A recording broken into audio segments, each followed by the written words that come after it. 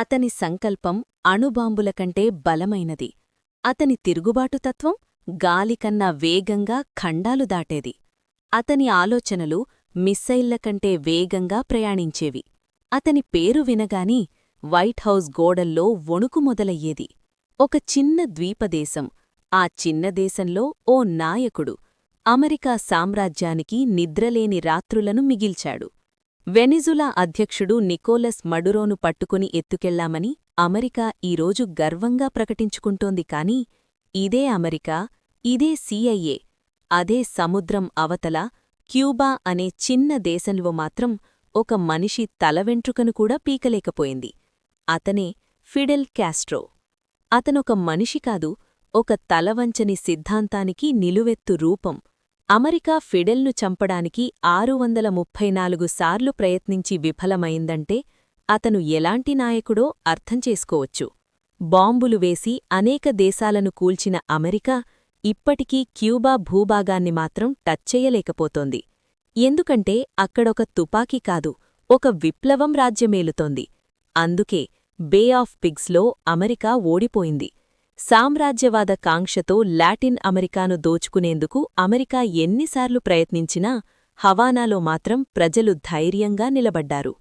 Fidel ఉన్నప్పుడు అమెరికాకు ప్రణాళికలుండేవి, కాని విజయాలే ఉండేవి కావు. అందుకే ప్రపంచాన్ని ఇప్పుడు ఒకే ప్రశ్న వేధిస్తోంది. ఒకవేళ ఫిడెల్ కాస్ట్రో ఇప్పుడు బతికి ఉంటే అమెరికా ఇంత దూరం వచ్చేదా? లాటిన్ అమెరికా ఇంత అల్లకల్లోలంగా ఉండేదా? అమెరికా ఇంత ధైర్యంగా ప్రపంచాన్ని తొక్కేదా? అమెరికాకు భయం అంటే అణుబాంబులు కాదు, శత్రుదేశాల సంఖ్య కూడా కాదు. భయం అంటే నియంత్రించలేని ఒక ఆలోచన. ఆ ఆలోచనకు పేరు ఫిడెల్ కాస్ట్రో. ఫ్లోరిడా తీరానికి కేవలం 145 కిలోమీటర్ల దూరంలో ఉన్న ఒక చిన్న ద్వీపదేశం నుంచి అమెరికా సామ్రాజ్యాన్ని సవాలు చేసిన ఏకైక నాయకుడు అతనే. వాషింగ్టన్ మ్యాప్స్లో క్యూబా ఒక చిన్న చుక్క మాత్రమే, కాని పెంటగాన్ ఫైలలో అది ఒక రెడ్ అలర్ట్. ఎందుకంటే అక్కడ ఆయుధాలు కాదు, తిరుగుబాటు ఆలోచనలు తయారవుతాయి. ఫిడెల్ కాస్ట్రో రాజకీయాల్లోకి వచ్చేసరికి క్యూబా ఒక స్వతంత్ర దేశంలా కనిపించేది, కాని వాస్తవానికి అది అమెరికా కంపెనీల అడ్డాగా ఉండేది. షుగర్ మిల్స్ నుంచి ఆయిల్ రిఫైనరీల వరకు 70% కంటే ఎక్కువ అమెరికా చేతుల్లోనే ఉండే రోజులవి. ఫుల్గెన్సియో బటిస్టా అనే నియంతను అమెరికా పూర్తిగా మద్దతిచ్చింది. ఎన్నికలు అర్థంలేనివిగా సాగేవి. ప్రజలు పేదరికంలో ఉండగా హవానా క్యాసినోలు అమెరికన్ మాఫియాల చేతుల్లో నడిచేవి. ఇదే దోపిడీ వ్యవస్థపై ఫిడెల్ తిరుగుబాటు మొదలుపెట్టాడు. 1953 జూలై 26న మోంకాడా బ్యారెక్స్పై జరిగిన దాడి సైనికంగా విఫలమైంది, కాని రాజకీయంగా అది ఒక విప్లవానికి విత్తనం నాటింది. ఫిడెల్ కోర్టులో నిలబడి చెప్పిన మాటలు క్యూబా ప్రజల్లో నిప్పురవ్వలా పడ్డాయి. జైలుకు వెళ్లాడు, బయటకు వచ్చాడు, మెక్సికోలో తిరిగి ఆయుధం పట్టాడు. 1956లో ఫిడెల్ కాస్ట్రో మెక్సికో నుంచి గ్రాండ్మా అనే చిన్న పడవలో క్యూబా వైపు బయలుదేరాడు. అతనితో కలిసి మొత్తం 82 మంది విప్లవకారులు ఉన్నారు. కాని క్యూబా తీరానికి చేరగానే బటిస్టా సైన్యం దాడి చేసింది. తుపాకి మోతలో ఆ బృందం చెల్లాచెదురయ్యింది. 82 మందిలో 70 మంది అక్కడికక్కడే కనిపోయారు. మిగిలిన 12 మంది విప్లవకారులు ప్రాణాలతో తప్పించుకున్నారు. వారే సియర్రా అడవుల్లో దాక్కొని ఓడిపోయిన దాడిని ఒక జాతీయ విప్లవంగా మార్చారు. అక్కడ రైతులే ఆయుధమయ్యారు, ప్రజలే రక్షణగా మారారు. చెగువేరా ఒక యోధుడిగా ఎదిగింది కూడా అక్కడే. 1958 చివరికి బటిస్టా సైన్యం కూలిపోయింది. 1959 జనవరిలో ఫిడెల్ క్యూబా రాజధాని హవానాలోకి ప్రవేశించాడు. అది కేవలం ప్రభుత్వ మార్పు కాదు, అది అమెరికా ఆధిపత్యానికి పడిన బహిరంగ చెంపదెబ్బ. ఇది అమెరికా జీర్ణించుకోలేకపోయింది. అందుకే 1961లో బే ఆఫ్ పిగ్స్ దాడికి దిగింది.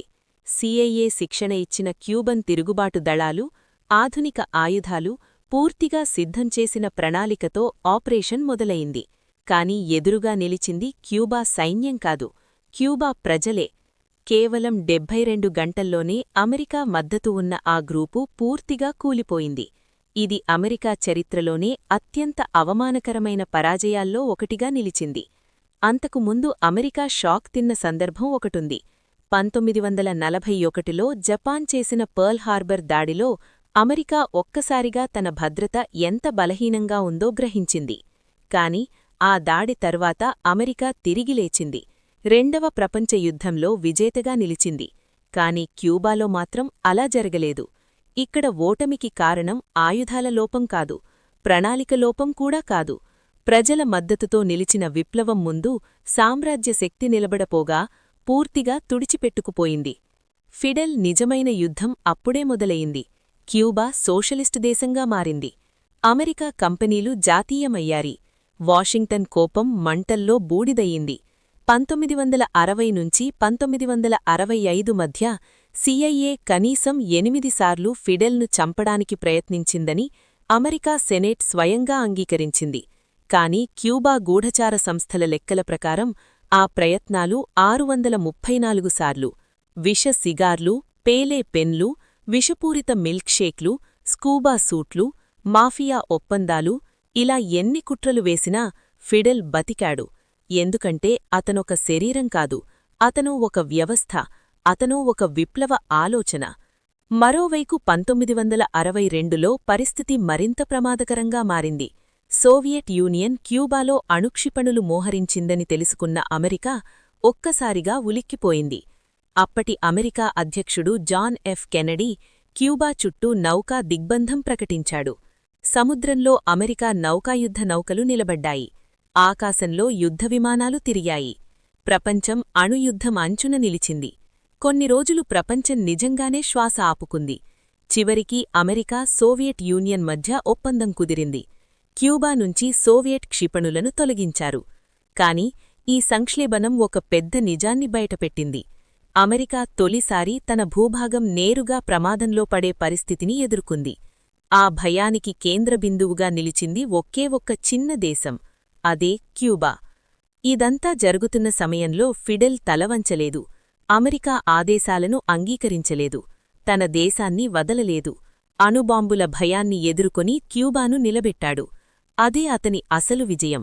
ఆయుధాలతో కాదు, ధైర్యంతో సాధించిన మరో విజయం. ఆ తరువాత ఫిడెల్ విప్లవాన్ని మరిన్ని దేశాలకు విస్తరించాడు. ప్రపంచమంతటా విప్లవ నినాదాలు మారుమ్రోగాయి. ఆఫ్రికాలో అంగోలా నుంచి ఇథియోపియా వరకు, ఆసియాలో వియత్నాం వరకు క్యూబా నిలబడింది. అమెరికా మద్దతు ఉన్న నియంతలకు ఇది అసహనాన్ని కలిగించింది.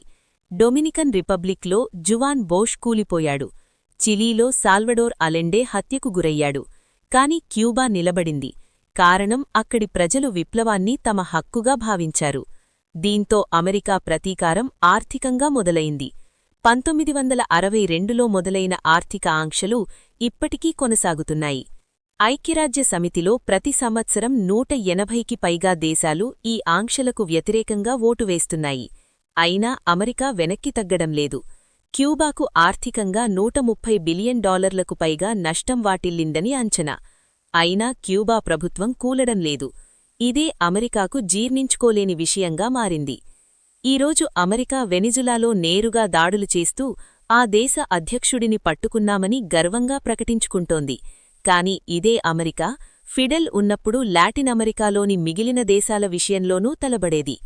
అమెరికా వెన్నులో ఇంత భయాన్ని రేపిన ఫిడెల్ కాస్ట్రో 40 సంవత్సరాల వయసులో 2016లో మరణించాడు. అయితే అతను ప్రజల్లో నాటిన ధైర్యం మాత్రం చావలేదు. లాటిన్ అమెరికాలో అమెరికా ప్రతి అడుగు వేసినప్పుడు ఫిడెల్ నీడ కనిపిస్తుంది. ఒకవేళ ఈరోజు ఫిడెల్ కాస్ట్రో బతికి ఉంటే వెనిజులా ఇలా ఒంటరిగా ఉండేది కాదేమో. లాటిన్ అమెరికా ఇలా చీలిపోయే పరిస్థితికి వచ్చేది కూడా కాదేమో.